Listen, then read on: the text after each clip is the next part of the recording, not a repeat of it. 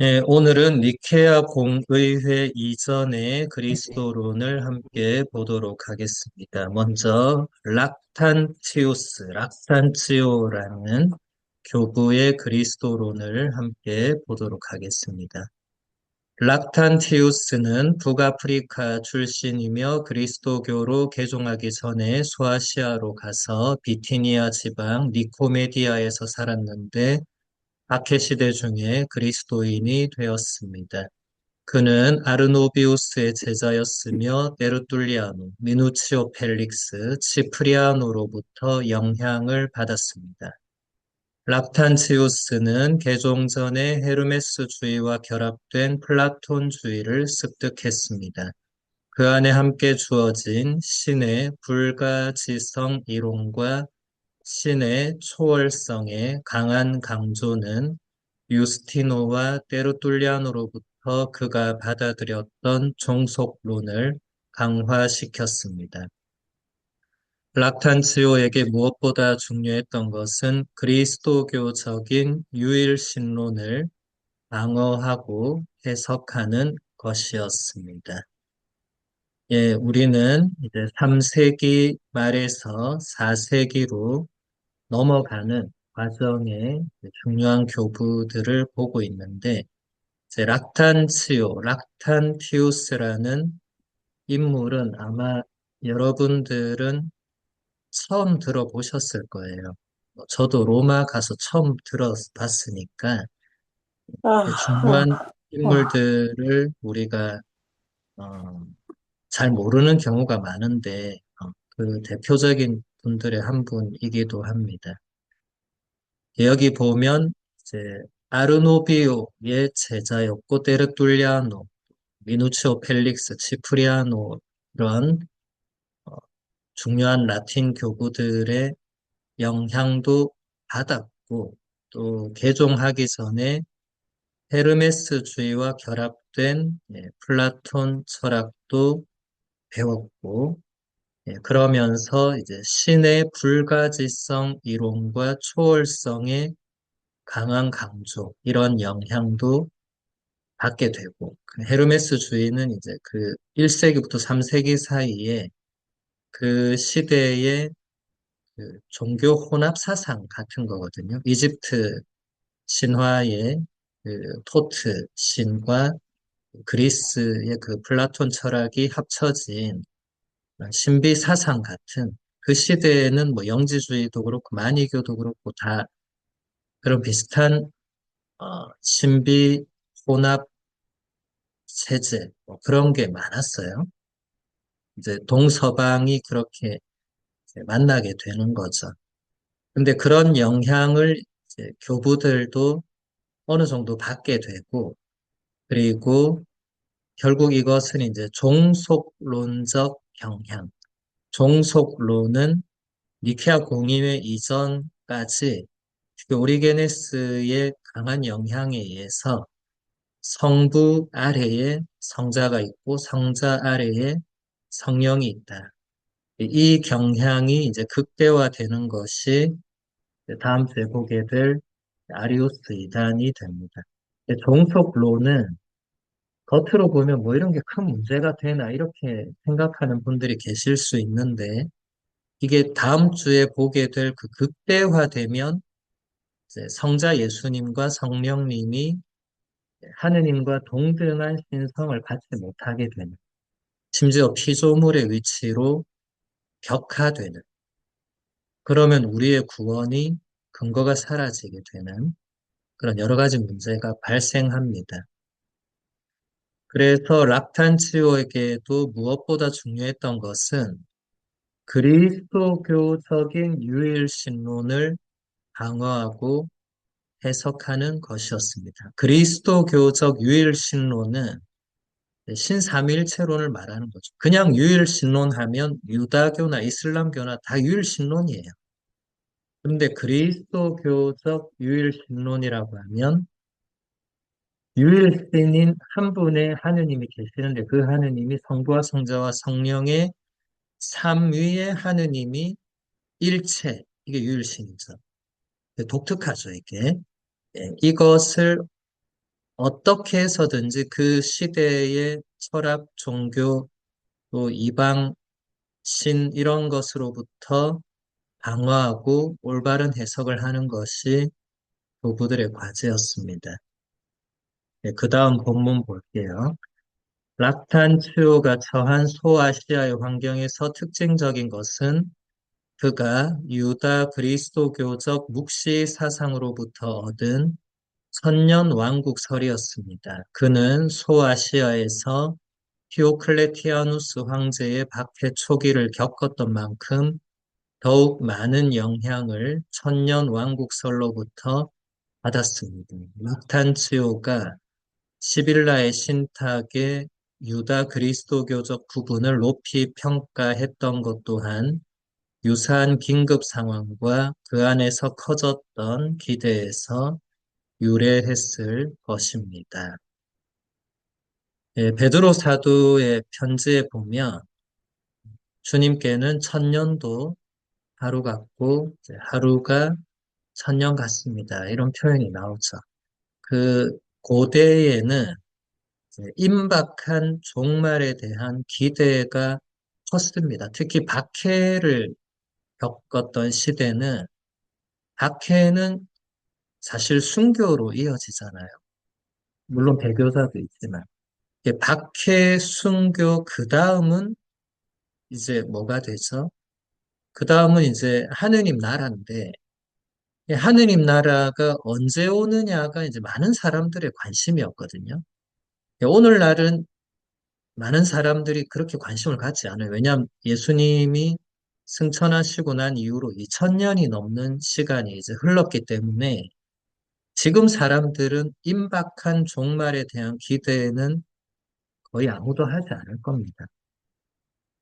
물론 오늘날 이제 전쟁이나 자연 환경 파괴에 따른 그런 재난, 재앙을 보고 종말이 오지 않나 이렇게 추측하는 사람은 많아도 이런 것과 완전히 결이 다른 그 초세기에는 당장 내일이라도 이제 이 종말이 온다. 예수님이 다시 온다. 이런 게 강했고 또 이런 것은 또 이단과 사이비들의 아주 좋은 소재가 됩니다. 왜냐하면 당장 내일 종말이 온다 이렇게 하면 사람들이 어떻게 하겠어요? 있는 것 없는 것 다 갖다 바쳐야 되죠. 왜냐하면 내일 구원 받을지 못 받을지를 결정한다고 하는데 이런 것들이 이 묵시 사상, 여기 나오는 유다 그리스도교의 묵시 사상에서 묵시록에는 숫자가 많이 나옵니다. 1000년, 뭐 14만 4천 명, 막 이런 숫자들은 사실 마음대로 해석하면 안 되는데 또 이단과 사이비들은 마음대로 해석을 하거든요. 그러면 똑똑한 사람이고 뭐 교수고 박사고 안 넘어갈 수가 없어요. 왜냐하면 자기들이 잘 모르기 때문에 이 숫자를 해석하는 권한이 사실 그 이단과 사이비에 주어져 있지 않는데 그렇게 얘기하니까 받아들일 수밖에 없는 거죠. 이 천년 왕국설은 낙탄치유만 영향을 받은 게 아니라 그 소아시아 그 시대의 환경 전체 또 유다 그리스도교의 묵시 문학에서도 이게 아주 중요한 주제였어요. 천년이 이렇게 한 번씩 오고 그 마지막 천년이 지나면 이제 재림, 예수님의 재림이 온다. 이게 또 박해라는 시대 상황이 되게 잘 맞물려 가지고 천년 왕국설은 여러 교부들의 작품에서 그 영향이 나타나는데 이제 오늘날 우리가 볼 때는 지금 벌써 또 2000년이 지났잖아요. 오늘날 우리에게는 이제 더 이상 먹히지 않는 사상이라고 보면 되겠죠. 그런데 여전히 이단이나 사이비들은 이런 요소들을 가지고 사람들을 끌어들이니까 조심하셔야 됩니다. 네, 그 다음 본문 보겠습니다. 락탄치오는 헤르메스주의적인 그노시스가 자신을 파악하는데 사용했던 동일한 종교사적 범주들을 그리스도교 구원론에 적용한 인물입니다. 그리스도교는 락탄치오에게 있어서 영을 구원하는 종교이며 그러한 종교로서 철학과 종교의 참된 종합이 됩니다. 락탄치오에게 있어서 하느님에 대한 경배는 필연적으로 하느님의 계시의 토대를 두고 있어야 하고 반대로 진리를 추구하는 것은 전적으로 하느님과 그분의 뜻을 아는 것에 정향됨으로써 종합이 이루어집니다. 따라서 락탄치오는 헤르메스주의적 인간론처럼 경건한 사람은 동시에 지혜로우면서 종교적일 수밖에 없을 정도로 인식과 행위가 서로를 보완하는 통일된 경건한 태도만을 유효한 것으로 간주합니다. 지혜와 종교, 올바른 하느님 인식과 참된 하느님 공경이라는 이 양자의 원천은 단일한 신적 계시의 원천이며 이를 통해서 이러한 태도도 신비적인 경건함의 특성을 얻습니다. 박주 72번 보면 락탄치오 이전의 그 누구도 헤르메스주의 작품들을 그토록 광범위하게 호교론적인 목적으로 인용하지 못했습니다. 참으로 이 작품들은 락탄치오를 통해서 비로소 호교론을 위한 문헌으로 본격적으로 도입되었습니다. 네, 그러니까 이 락탄치오라는 인물의 그 특별함은 헤르메스주의의 영향을 받은 작품들을 우리 그리스도교 진리를 옹호하고 방어하는 데 인용을 했다는 거예요. 왜냐하면 그 시대에 지천으로 깔려있던 사상인데 유스티노도 여러분 잘 기억해 보시면 유스티노를 그리스도교 최초의 철학자라고 우리가 부르잖아요. 유스티노는 그 고대 철학 안에도 로고스의 씨앗이 있다고 보았고, 그러니까 참된 진리의 파편들이 거기도 있다. 세상의 모든 그 종교나 철학 세계는 그 또한 다 진리의 어떤 한 부분들을 지니고 있고, 그것은 바로 로고스, 하느님의 말씀이신 로고스의 그 씨앗이 그 안에 있다는 건데, 그러니까 다 우리 그리스도교의 하느님, 그리고 그 하느님의 말씀이신 예수 그리스도께서 그 안에 어떻게든지 현존하신다는 거죠.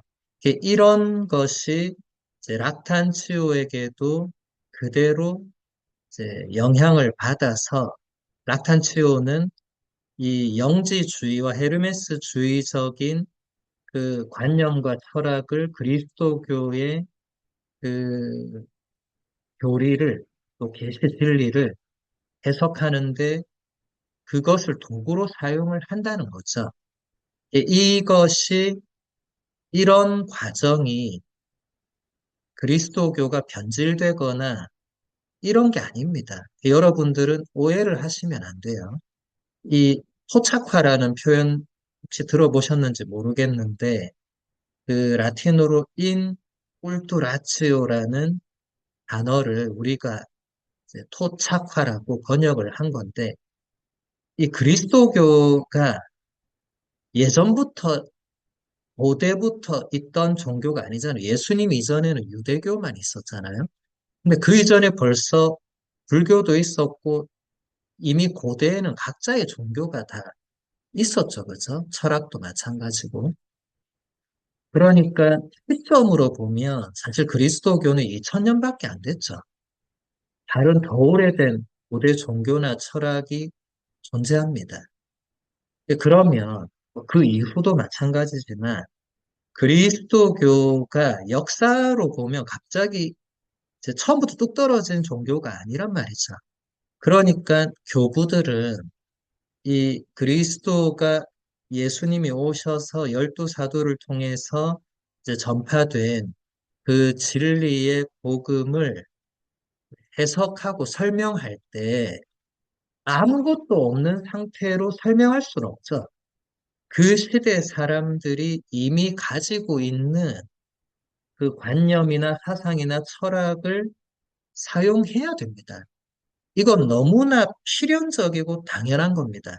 이 시대에는 벌써 다 이렇게 결정이 되고 역사 안에서 다 연구도 돼 있기 때문에 전혀 그런 과정을 우리가 거치지 않아도 되지만 이런 과정을 모르면서 함부로 이때 이미 로마 가톨릭 교회가 변질되었다거나 이단화되었다거나 하는 공격을 하는 경우들이 있는데 대단히 무지한 것이다. 이 시대 상황도 전혀 모르고 그리고 이런 교부들의 이 엄청난 활동에 대해서도 전혀 모르고 알면서 한다면 굉장히 사악하고 악의적인 거고 모르고 공격한다면 굉장히 무지한 거죠. 어쨌든 둘 다 무시하면 됩니다. 그렇게 중요한 그 것들은 아니고 여러분들은 이제 제대로 알고 계시면 되는 거죠. 이런 과정을 통해서 또 하느님께서는 이 그리스도교의 이 계시 진리가 해석될 수 있도록 모든 것이 하느님의 도구가 될 수 있죠. 그리고 여기도 나오지만 지금 이 요소들은 그리스도교의 이 계시 진리를 해석하는 데에 그릇된 요소는 아닙니다. 맞는 말을 하고 있는 거죠. 여기 다시 한번 볼게요. 하느님에 대한 경배는 필연적으로 하느님의 계시의 토대를 두고 있어야 됩니다. 이게 없으면 오히려 이상하게 됩니다.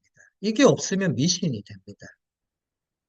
하느님의 계시, 그러니까 하느님의 말씀에, 그리고 말씀에 대한 올바른 해석에 토대를 둔 경배가 참된 예배입니다.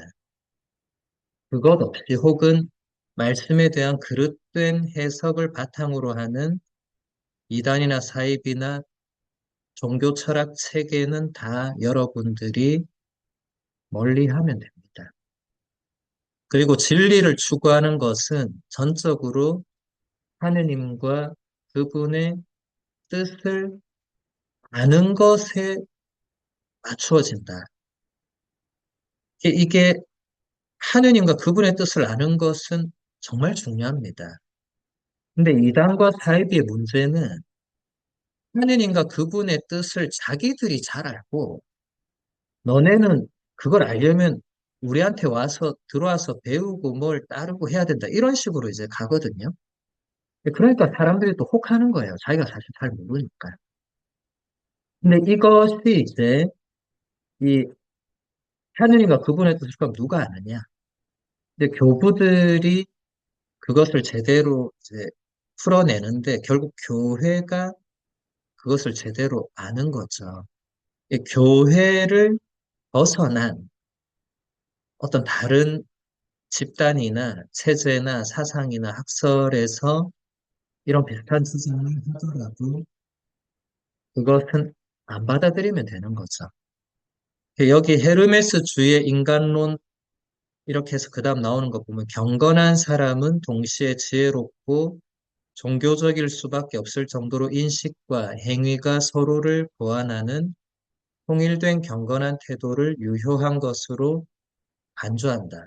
이 표현은 이제 헤르메스주의의 그 표현이 많이 반영돼 있지만 이게 실제로 우리도 볼 때 우리 그리스도인으로서 세례를 받은 신앙인으로서 경건하다고 할 때 당연히 지혜로움이 거기 들어가겠죠. 그렇죠? 그리고 그 신앙심이 매우 깊은 것도 당연히 들어갑니다. 그리고 인식과 행위가 서로를 보완한다. 일치해야 되겠죠. 하느님을 알고 사랑한다고 말하는 사람이 행동은 전혀 그렇지 못하거나 상반된다면 경건한 사람이라고 할 수 없죠. 그러니까 이런 요소들은 우리 그리스도교의 적용될 수 있는 겁니다. 그래서 지혜와 종교, 올바른 하느님 인식과 참된 하느님 공경의 원천은 단일한 신적 계시의 원천이 되고 이것을 통해서 이런 태도가 신비적 경건함의 특성을 얻는데 이 헤르메스주의 요소를 우리 교회가 100%다 받아들이지는 않았죠. 않았지만은 어, 우리도 이런 요소들을 어느 정도 네, 가져올 필요도 있습니다. 이 경건하다고 사람들이 말할 때 뭐가 경건하냐? 어떤 사람이 경건하냐라고 할 때 하느님을 깊이 알고 하느님의 뜻을 알고 그 뜻을 실천하기 위해서 노력하는데 그 인식과 행위가 일치하는 정도가 높을수록 경건한 거죠. 그렇죠? 그리고 그런 사람들이 이제 기도도 깊게 들어가면 이제 관상 기도를 하고 그러면 그게 신비적인 요소도 거기에 따라 붙게 되는 거죠. 근데 거꾸로 이제 그런 것에 또 너무 치중을 하는 그 이단과 사이비가 이제 그런 요소들을 또 가지고 오거든요. 신비적인 요소. 황홀경에 빠지네, 예언을 하네, 방언을 하네. 이런 게 나쁘다는 게 아니고 또 성령기도 하시는 분들이 잘못됐다는 게 아니고 우리 교회는 그런 요소들을 인정하고 어느 정도는 하느님을 알아가고 하느님과 만나고 일치하는 데에 그런 요소들이 도움이 된다고 판단할 때는 허용한다는 거예요. 여러분들이 이걸 잘 이해하셔야 돼요. 그럼 이단과 사이비와 성령기도회가 다른 게 뭐냐? 성령기도회를 비롯한 교회 안에서 활동하는 그리고 이런 신비적인 요소와 그런 것들을 이제 가지고 뭔가 이제 하느님께 예배를 하는 그런 공동체들은 교회가 공식적으로 받아들였으면 그것은 괜찮은 겁니다. 성령 기도회라는 공식 타이틀은 교회가 준 거죠. 개인이 이제부터 나를 따르시오. 내가 영을 받았어. 이렇게 된 게 아니거든요. 그래서 여러분들이 근데 일반 교회 바깥에 우리 가톨릭 교회 바깥에 이단이나 사입이나 일반 뭐 집단들이 또 그런 요소를 가지고 있어요. 근데 거기는 우리 교회가 인준하고 받아들인 것이 아니기 때문에 이제 그쪽으로 가게 되면 문제가 발생합니다. 반드시. 그래서 여러분들이 어, 이 시간에 배우는 것이 지금 3세기를 배우는데 벌써 이런 요소들이 보이죠. 그렇죠? 그리고 이런 요소들은 역사 안에서 끊임없이 나타납니다. 사라지지 않아요.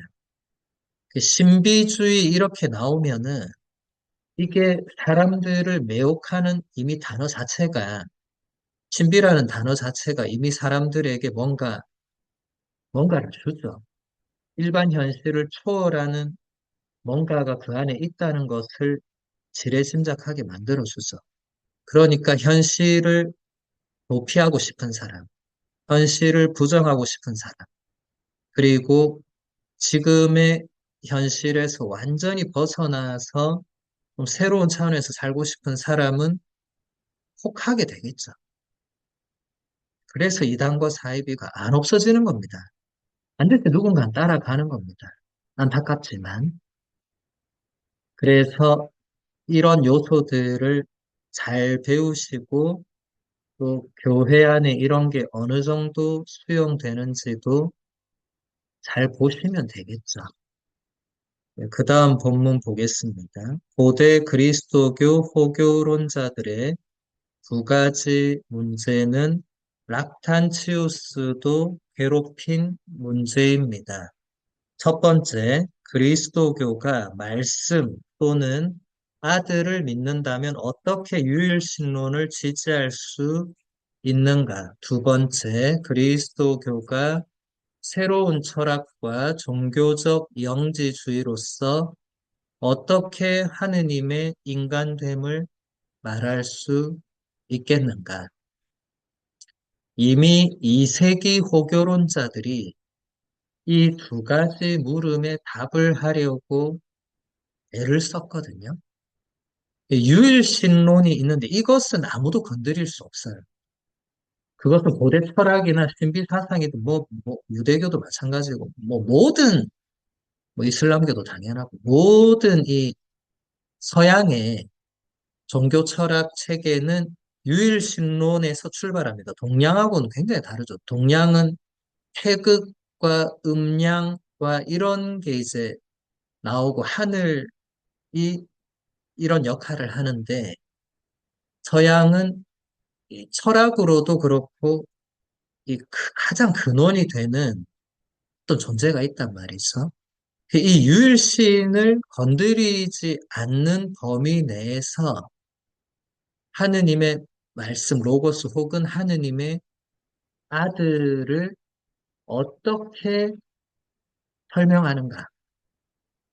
그리고 그 성자와 성령을 말하면서도 어떻게 유일신을 지탱할 수 있는가. 그 다음에 그리스도교가 새로운 철학, 새로운 종교적 영지주의로 불릴 수 있다면 어떻게 하느님께서 인간이 되셨다는 것을 또 말할 수 있는가? 이런 질문은 오늘날 우리가 볼 때는 그게 이렇게 크게 중요한 문제인가?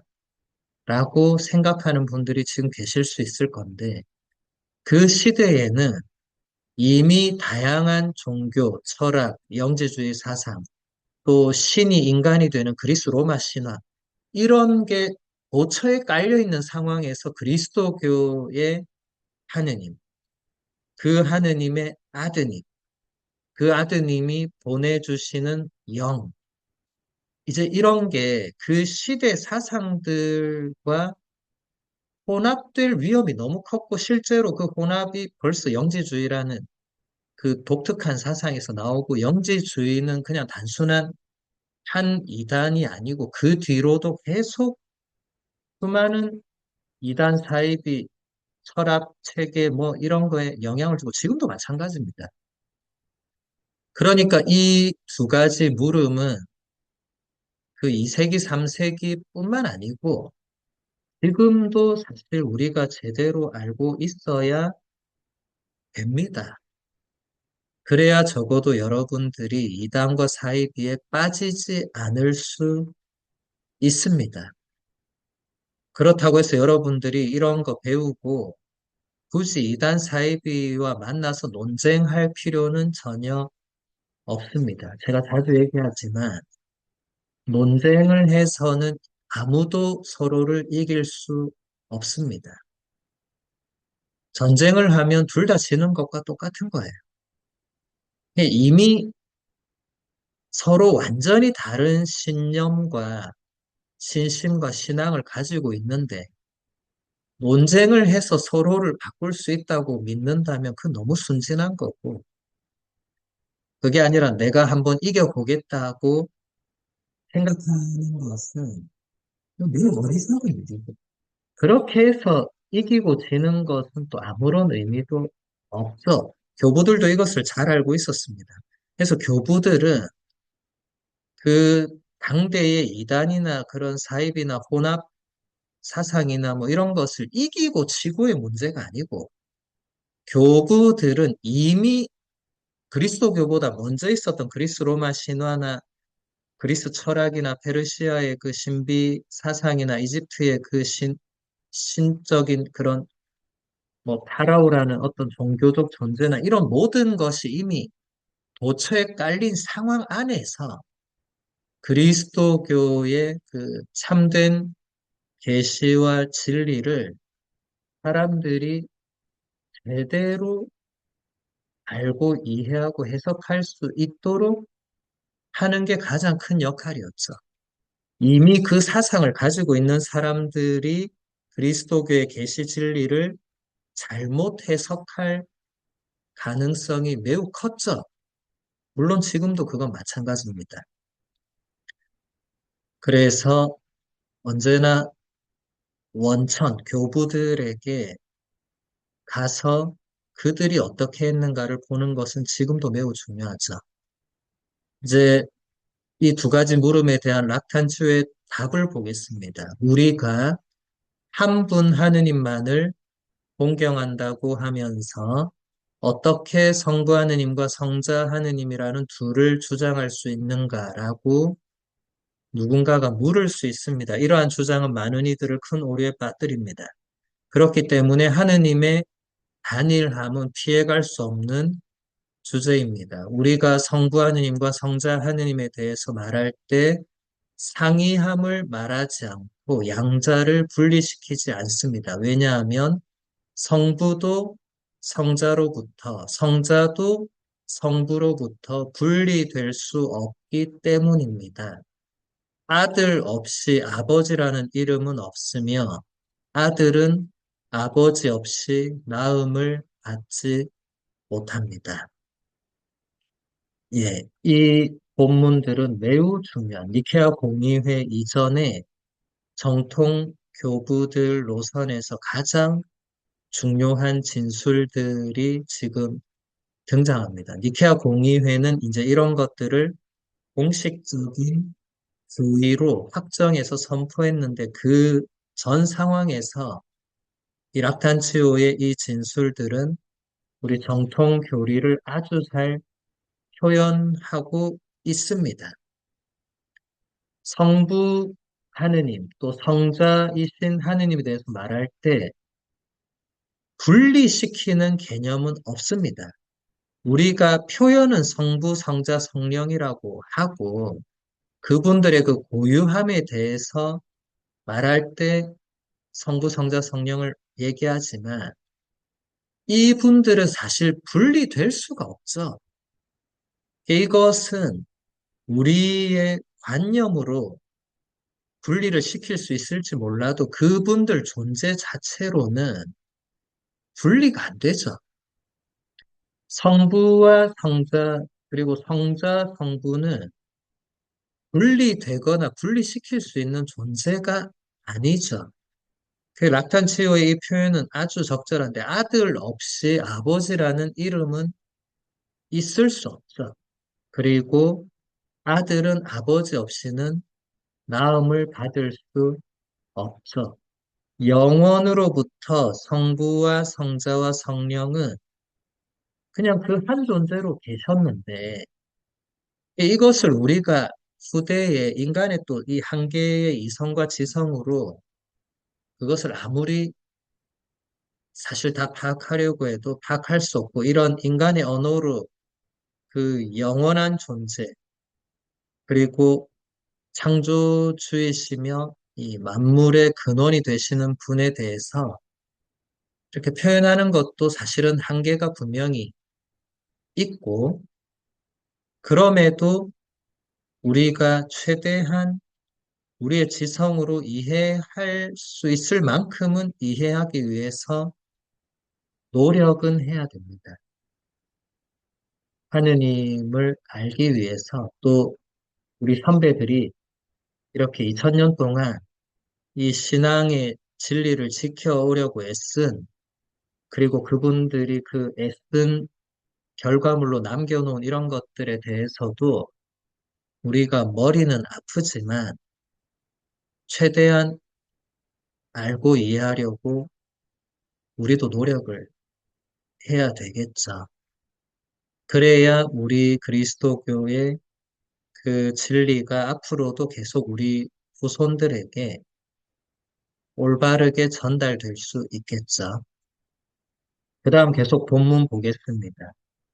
성부와 성자, 이 양자 안에는 하나의 지성, 하나의 영, 하나의 본질이 있습니다. 그러나 성부는 흘러넘치는 원천이며 성자는 이 원천으로부터 흘러나오는 지류와 같습니다. 또 양자는 태양과 광채와 같은 관계에 있습니다. 예, 각주 73번 보면 락탄치오가 제시하는 해결책은 사실은 베르툴리아노가 이미 제공해 준 것을 크게 넘어서지는 못합니다. 네, 락탄치오는 딱 베르툴리아노가 죽고 나서 또 조금 시간이 흘러서 태어난 인물인데 사실 후대의 인물이 굳이 꼭 더 뛰어나야 된다는 법은 없거든요.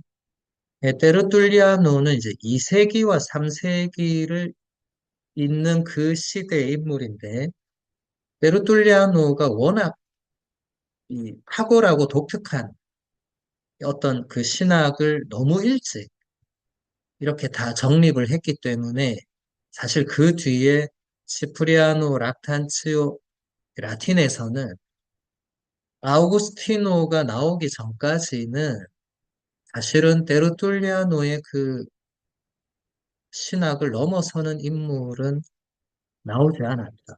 근데 테르툴리아노는 끝에 몬타누스 이단으로 빠지면서 안타깝게도 그런 큰 족적을 남기고도 뭐 성인 품에 오르긴커녕 그냥 이단에 빠졌다는 그런 뭐라고 할까요?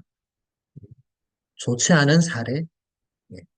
그런데 참 인간사에서는 충분히 일어날 수 있는 그런 또 역사의 한 단면을 보여주는 인물입니다.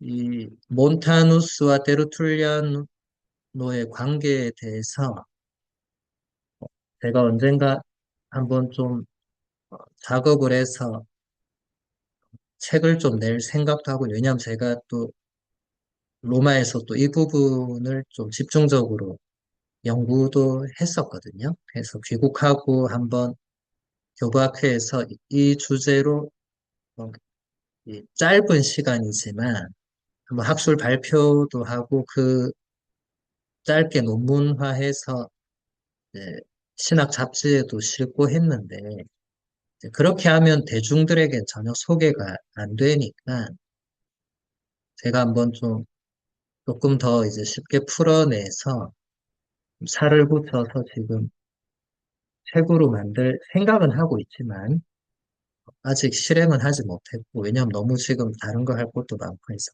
어쨌든 그 테르툴리아노의 영향이 그대로 나오죠. 여기도 보면 성분은 흘러넘치는 원천이고 성자는 이 원천으로부터 흘러나온 지류와 같고 태양과 광채의 관계 이런 건 이미 다 테르툴리아노 할 때 다 봤죠. 하나의 지성, 하나의 영, 하나의 본질 다 테르툴리아노에게서 봤죠. 그 영향을 또 그대로 받았죠. 그 사실 우리가 교부들을 볼 때 앞으로도 잘 보셔야 되는 게 그 어디서 영향을 받았나를 보는 게 중요합니다. 아무리 정통 교부라도 자기 혼자 독창적으로 막 뭘 만들지는 않거든요. 아우구스티노가 아무리 독창적이어도 그분도 예로니모, 힐라리오, 또 테르툴리아노, 암브로시오의 영향을 많이 받았어요.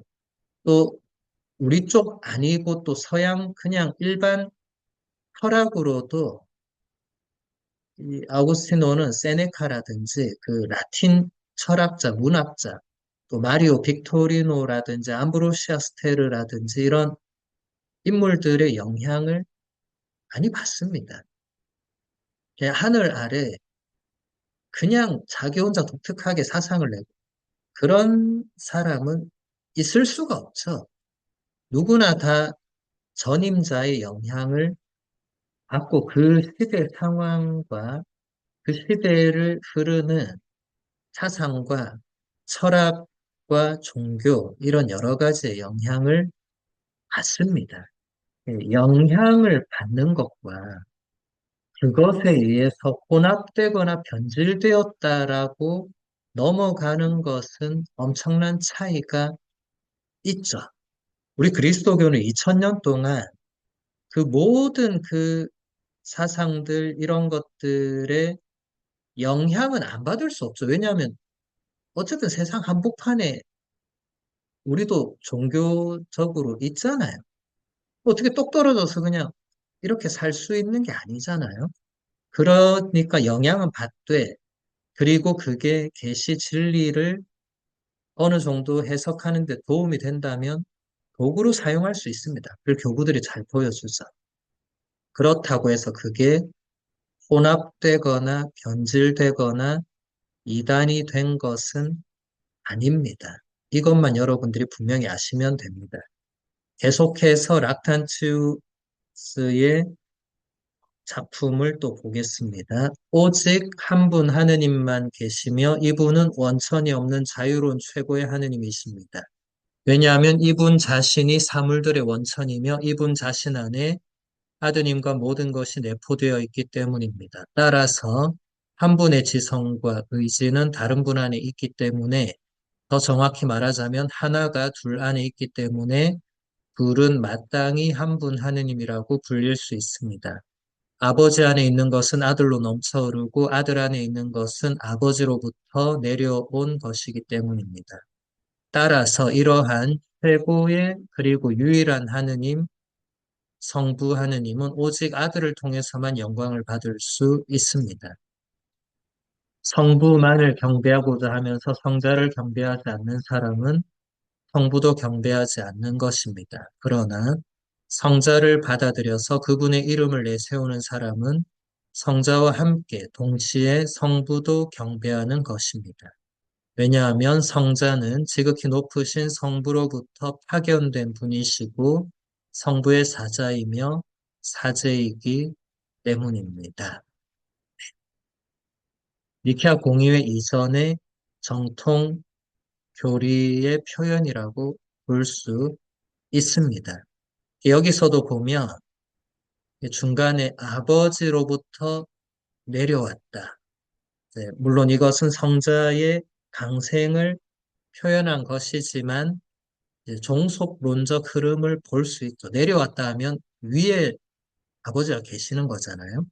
종속론이 바로 맨 위에 성부, 그 다음 성자, 그 다음 성령 이렇게. 이것은 지금 우리는 동일하죠. 성부, 성자, 성령 이렇게 되죠. 그래서 여러분이 이 수평 수직 이 도식만 잘 머릿속에 담고 있어도 종속론적 경향을 띤 주장이나 사상 혹은 그런 이단과 사이비에 빠지지 않을 수 있겠죠. 뒤에 설명은 계속 그 동일함, 그 동일 본질에 대해서 얘기를 하는 거죠. 그 다음 본문으로 넘어가 보겠습니다. 따라서 한 분 하느님 안에 성부와 성자는 구분됩니다. 성자는 하느님 편에 속하며 창조된 사물들 또는 존재들의 대열에 속하지 않습니다. 또한 성자는 성부의 초월성과 불가지성에 참여합니다. 성자는 본래 성부에게만 알려져 있습니다. 성자는 성부로부터 나옵니다. 네. 락탄치오는 아직까지 정통 교회의 입장에 서 있습니다.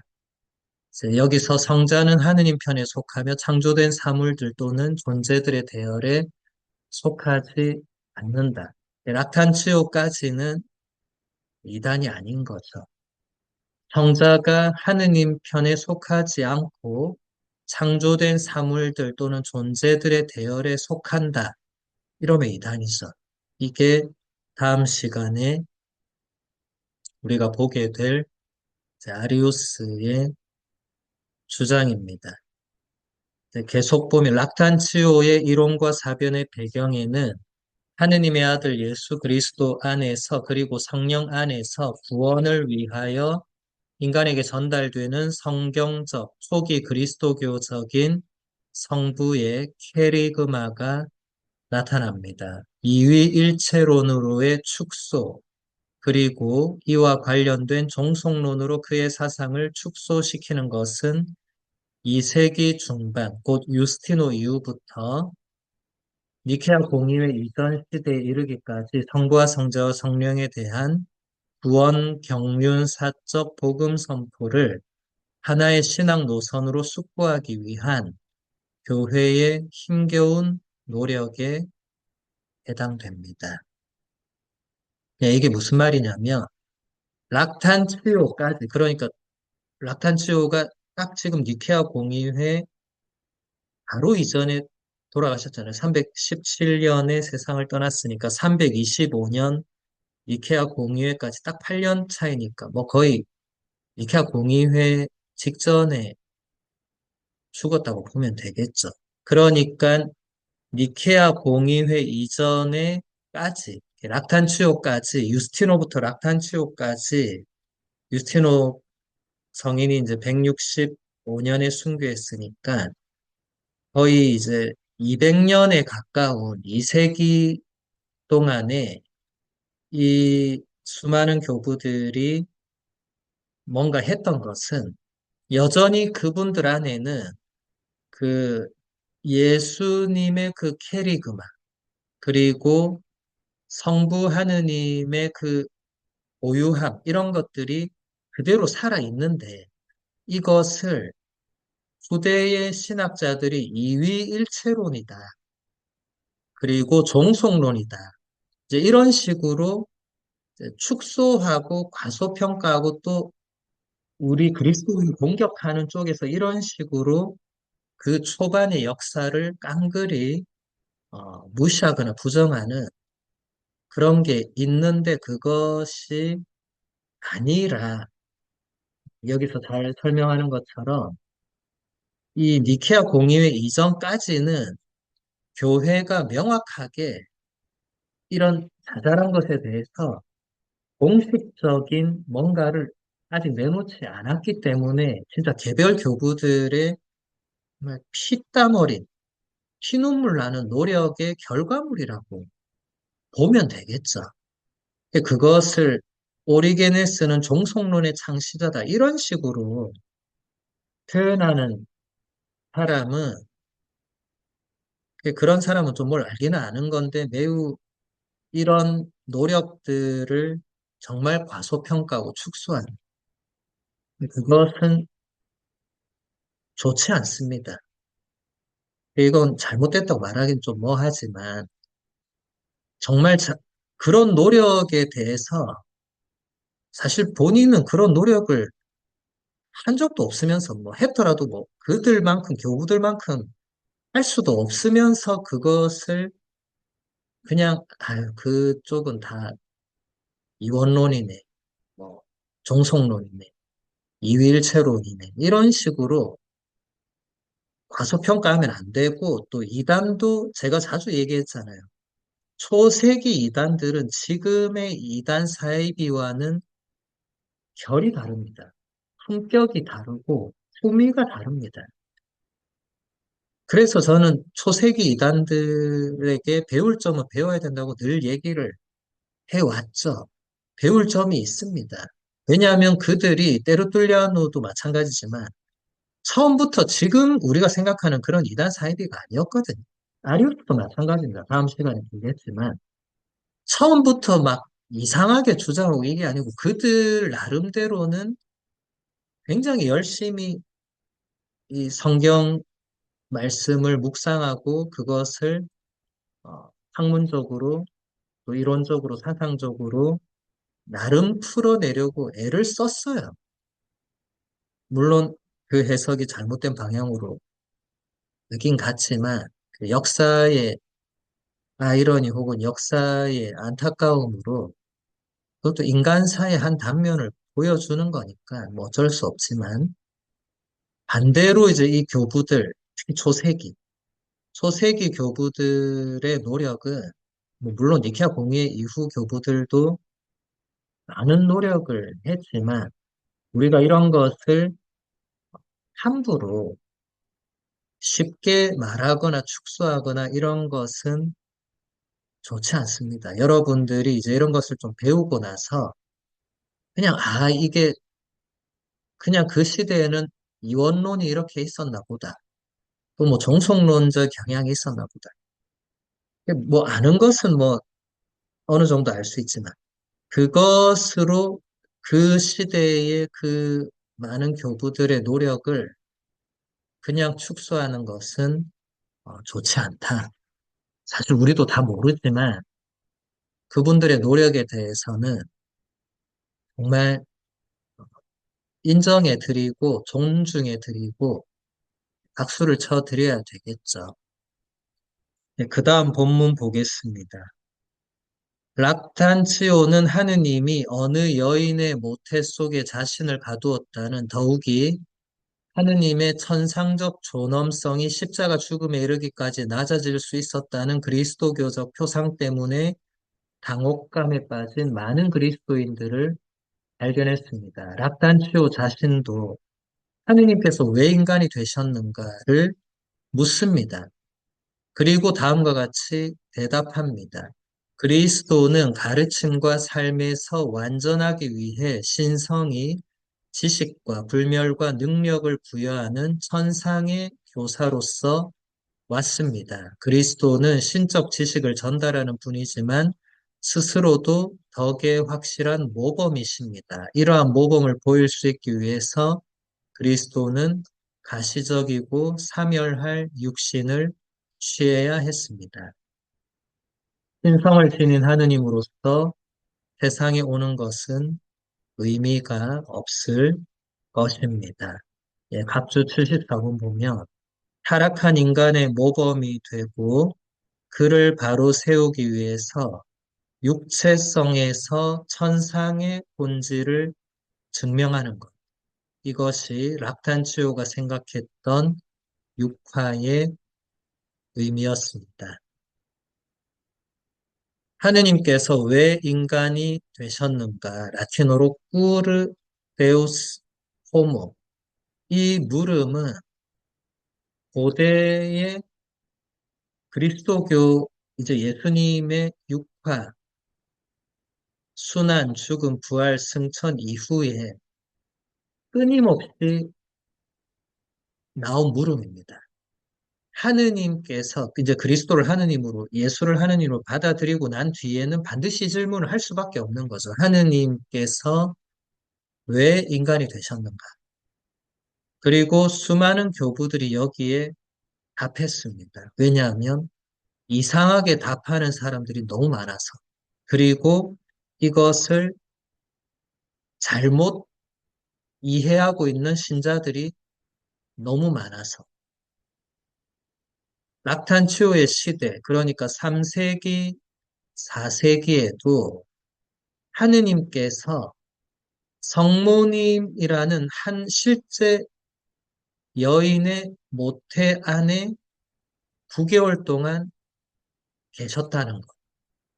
그리고 하느님의 그 신적인 천상적인 존엄이 십자가 죽음이라는 여러분 이게 패션 오브 크라이스트란 영화도 대부분 보셨겠지만 그 정도로 하느님이란 분이 이 비참한 정도가 아니라 그냥 평범한 사람도 그렇게까지 비참해지는 것은 사실은 거의 평소에 있을 수 없는 일인데 그런 게 그 시대의 신자들조차도 이 받아들이기가 어려운 거죠.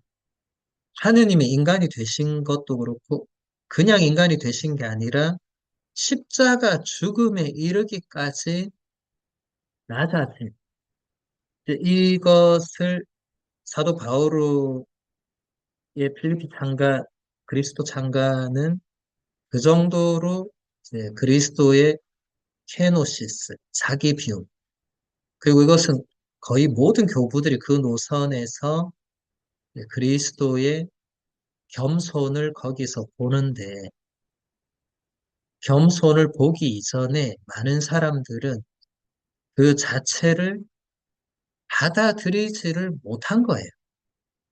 그 시대의思想과 철학적 배경으로는 이게 도무지 받아들일 수 없는 거죠. 하느님이 한 여인의 모태 안에 들어가시고, 하느님이 이 채찍으로 맞아서 그냥 피를 흘리고 십자가에 못 박혀서 막 비명사를 하는 이게 사실은 우리도 인간적으로 그냥 생각해 보면 받아들이기가 쉽지 않죠. 사실은 이해가 안 되는 거죠.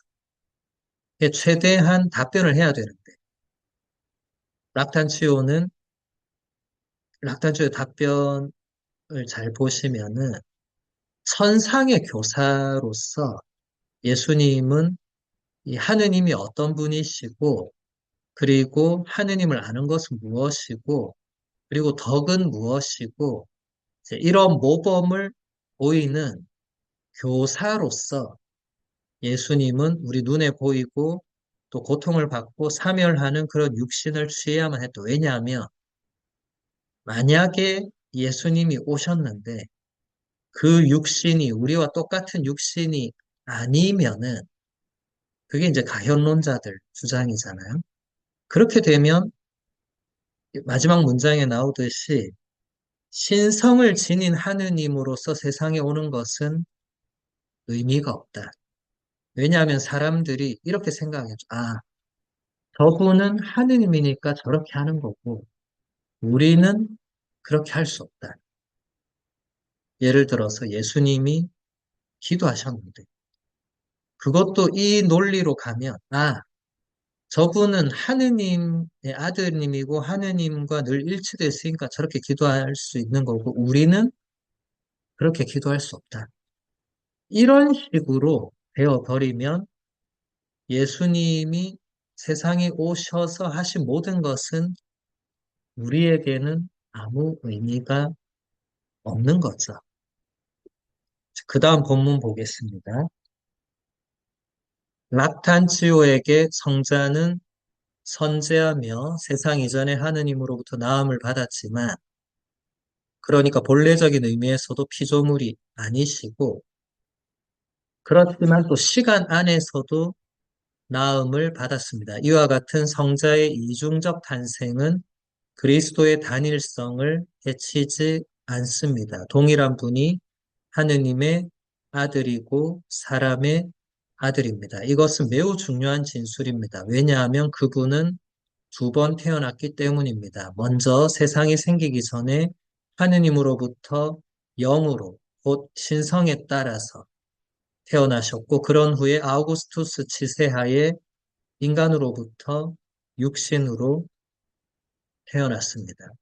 이것은 그 안에 인간의 구원과 지극히 높으신 하느님에 대한 경배와 모든 진리가 내포되어 있는 고귀하고 위대한 신비입니다. 예, 이 본문들은 굉장히 중요한 표현들인데, 왜냐하면 이 본문들을 그 뒤에 교부들이, 라틴 교부들이 거의 다 이어갔거든요. 아우구스티노 성인도 거의 이 표현들을 이어받아 사용하고, 레오 교황님도 이것을 사용하고, 이것은 칼케돈 공의회도 결정적인 영향을 미칩니다. 그래서 이 본문은 이번 시간에 가장 중요한 본문이라고 할 수 있습니다. 이제 락탄치오에게 있어서 성자는 선제한다. 다시 말해서 세상 창조 이전에 영원으로부터 하느님으로부터 나음을 받으신 분입니다.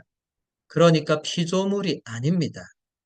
성자를 피조물로 내리는 이 아리우스라는 이 이단이 가장 교회 역사 안에서 가장 큰 이단이 되거든요. 그 이전에 어떤 이단도 아리우스만큼 교회를 흔들지 못했어요. 왜냐하면 예수님을 피조물의 위치로까지 끌어내리지는 않았기 때문에 뭐 이상하게 해석은 했어도 그런데 이제 끌어내리는 순간부터 우리의 구원도 끝이 납니다.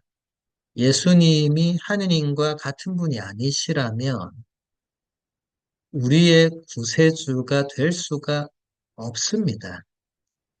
이거 굉장히 중요합니다. 여러분이 지금 이게 먹고 사는데 그렇게 큰 문제가 되겠나 이렇게 생각하시면 매우 곤란하죠.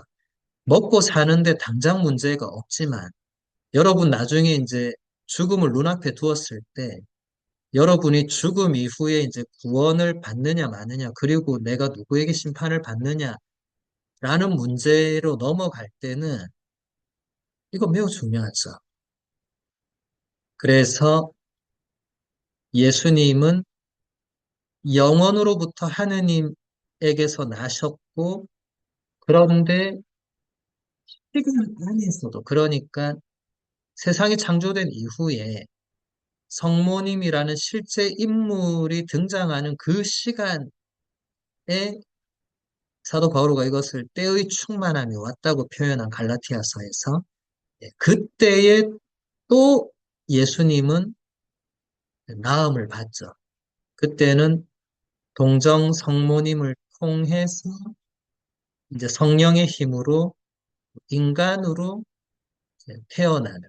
그래서 이 두플렉스 나티비다스라는 이 이중의 탄생. 예. 이 표현도 매우 중요합니다. 그 뒤로 모든 라틴 교부들이 이 두 가지 탄생을 말하거든요. 그리고 이것은 성자의 이 두 가지 신적인 탄생과 인간적 탄생은 그리스도의 단일성을 해치지 않습니다. 이런 것을 명확히 해두지 않으면 또 여기서 이단이 발생하거든요. 왜냐하면 오늘날 많은 이단 사이비의 주창자들이 주장하는 가장 가장 핵심 표현이 뭐죠? 재림 예수잖아요. 내가 내림한 예수다. 이렇게 표현하잖아요. 그렇게 표현한 근거가 어디 있습니까? 이 성자의 이 이중 탄생에서 이것을 약간만 잘못 틀어서 해석하면 본인도 이렇게 하느님의 아들로 탄생할 수 있다는 근거가 될 수 있죠. 그래서 여러분 이런 것을 잘 보셔야 됩니다. 여전히 이단과 사이비는 이런 요소들을 가져옵니다. 아마 뭐 제가 알지는 못하지만 어떤 이단과 사이비는 이 두플렉스 나티비타스를 근거로 삼아서 자기네들의 뭔가 이걸 주장할지도 몰라요. 이렇게 하면 예를 들어 락탄치오를 인용하면 듣는 사람은 이게 이단 사이비가 아니고 권위가 상당하네 이렇게 받아들일 수 있잖아요. 그죠? 그래서 이 갑주 76번 보면 동일한 분이 하느님의 아들이고 사람의 아들이다. 라틴어로 여기 보면 성자 이중탄생 75 각주부터 보겠습니다. Primum in spiritu postea in carne. 이제 이런 표현들 제가 지금 각주 75, 76, 77, 78에 제가 굳이 라틴어를 다 인용한 이유는 이 라틴어들이 후대의 다른 라틴 교부들에게서 거의 그대로 표현되고 우리 니케아 콘스탄티노플 신경이 물론 그리스어로 작성이 되었지만 지금 우리는 라틴어로 고백을 하기 때문에 그 안에도 이 단어들, 표현들이 거의 그대로 들어가 있기 때문에 제가 넣은 거거든요.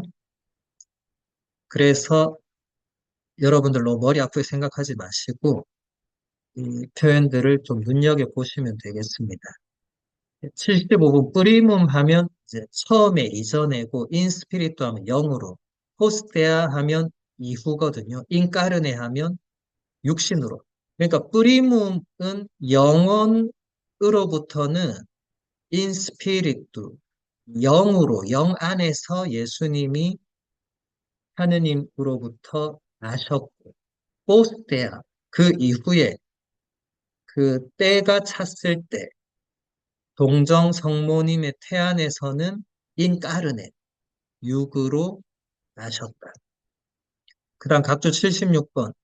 이뎀은 바로 그분 지시대명사거든요. 에스트는 동사고, 데이는 데우스의 소유격, 그러니까 하느님의, 엣은 전치사 엔드고, 호미니스는 호모라는 사람의 그 소유격이니까 사람의, 그리고 필리우스는 아들이죠.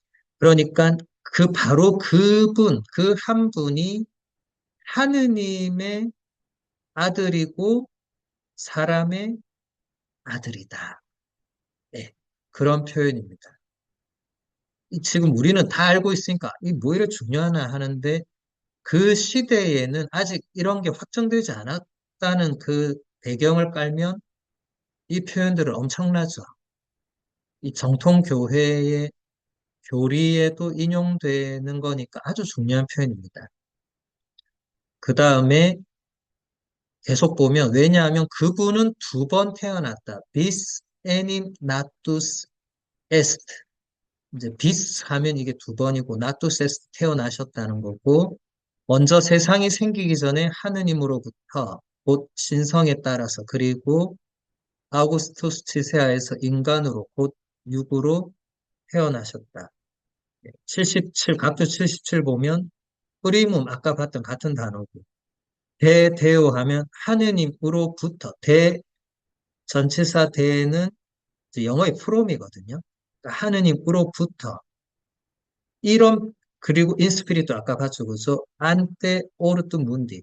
안테는 이제 이전에라는 전치사거든요. 오르투 문디 하면 이 세상이 이 장식되기 전에, 그러니까 세상이 생겨나기 전에 이 표현은 니케아 신경에서도 하느님, 니케아 신경 고백하는 본당의 분들, 그리고 뭐 고백은 안 하지만 니케아 신경을 기억하는 분들은 이 표현을 기억하실 거예요. 하느님에게서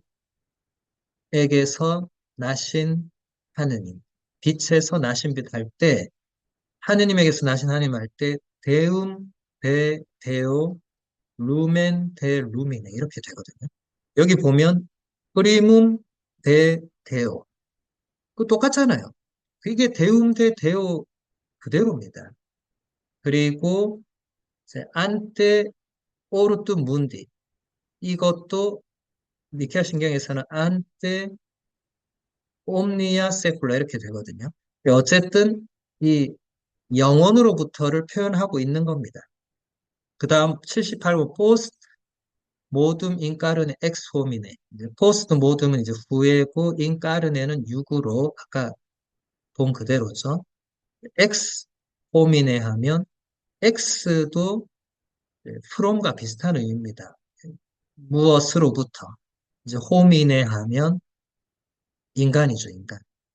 정확하게는 이제 성모님을 말하겠죠. 성모님을 통해서 성모님 안에서 이제 육신을 받아서 사람이 되셨죠. 그 다음 본문 보겠습니다. 하느님으로부터의 이러한 탄생에서 그리고 동정녀로부터의 탄생을 통해서 예수님은 천상의 인간으로 드러납니다. 락탄치오는 이렇게 말합니다. 그분은 하느님이며 인간으로서 하느님과 인간 사이에 한 가운데에 세워졌습니다. 그 때문에 그리스인들은 그분을 중개자라고 부릅니다. 그리스도인들은 그분을 중개자라고 부릅니다. 이는 그분이 인간을 하느님 에게로 곧 불사로 이끌기 위해서입니다. 그분이 하느님이기만 했었다면 인간에게 덕의 모범을 보여주지 못했을 것입니다. 반면에 그분이 인간이기만 했다면 인간을 의로움으로 이끌 수 없었을 것입니다. 인간을 넘어서는 권위와 덕이 덧붙여져야 했습니다. 예, 락탄치오는 예수님을 천상의 인간, 호모 첼레스티스라는 이제 표현을 썼습니다. 그러니까 하느님으로부터의 탄생, 또 동정녀로부터의 탄생을 절묘하게 혼합시킨 거죠. 호모 하면 이제 인간이니까 당연히 이제 동정녀로부터의 탄생이 그 안에 담겨 있고, 첼레스티스 하면 이게 천상이거든요. 천상적이라는 이 형용사 표현은 이제 하느님으로부터의 영원으로부터의 그 탄생을 의미하는 아주 이 굉장히 절묘하면서도 탁월한 표현이라고 할 수 있겠죠. 그래서 락단주는 이렇게 말합니다. 그분은 하느님이며 인간으로서 이 표현도 앞으로 많이 쓰이거든요. 하느님이며 인간이신 분.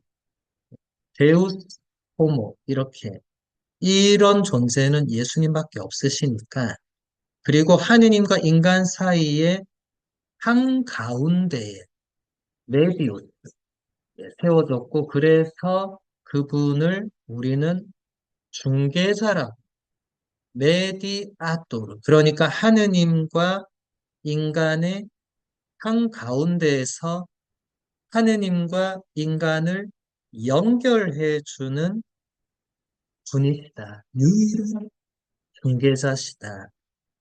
그래서 여러분 오늘 아침에 미사 드리신 분 그리고 미사 때 항상 그 자비송을 바칠 때 그 신부님이 그 중간에 이러잖아요.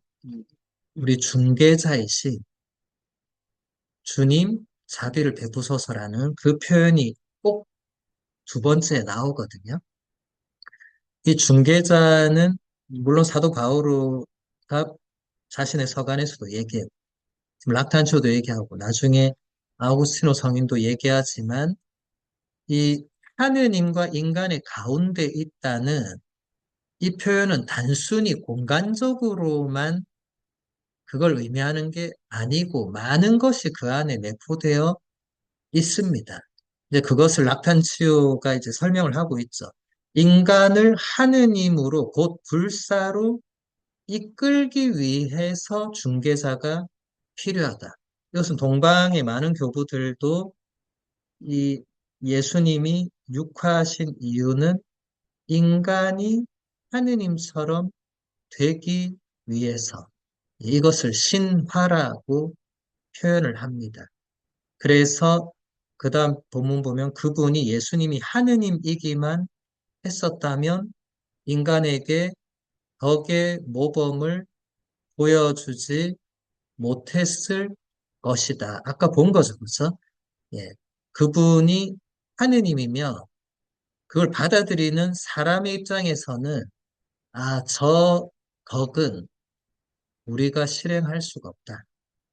근데 반대로 또 그분이 인간이기만 했다면 인간을 의로움으로 이끌 수가 없다. 인간을 넘어서는 권위와 덕이 또 있어야만 됩니다.